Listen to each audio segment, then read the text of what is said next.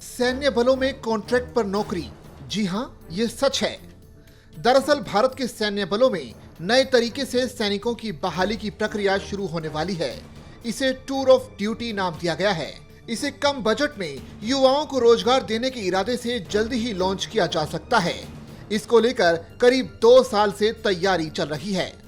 इस अभियान के तहत कम सरकारी खर्चे में एक तय समय के लिए कॉन्ट्रैक्ट पर सैन्य बलों में अधिकारियों और सैनिकों की बहाली की जानी है।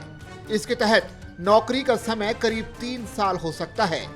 कोरोना महामारी के कारण पिछले 2 साल में सशस्त्र बलों में सैनिकों की भर्ती में भारी कटौती की गई। अनुमानित आंकड़ों के मुताबिक इस समय भारत की थल सेना, वायुसेना और नौसेना में करीब 1,25,364 पद खाली हैं।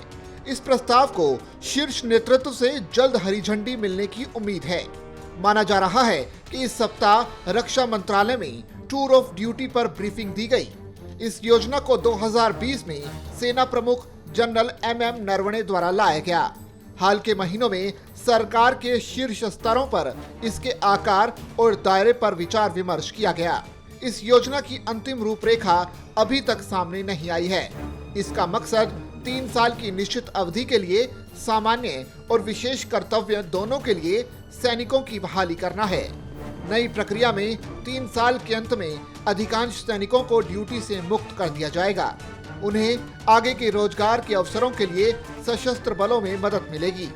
माना जाता है कि कॉर्पोरेट इंडिया ऐसे प्रशिक्षित युवाओं के लिए नौकरी आरक्षित करने में दिलचस्पी दिखा रहा है, जिन्होंने अपने देश की सेवा की है।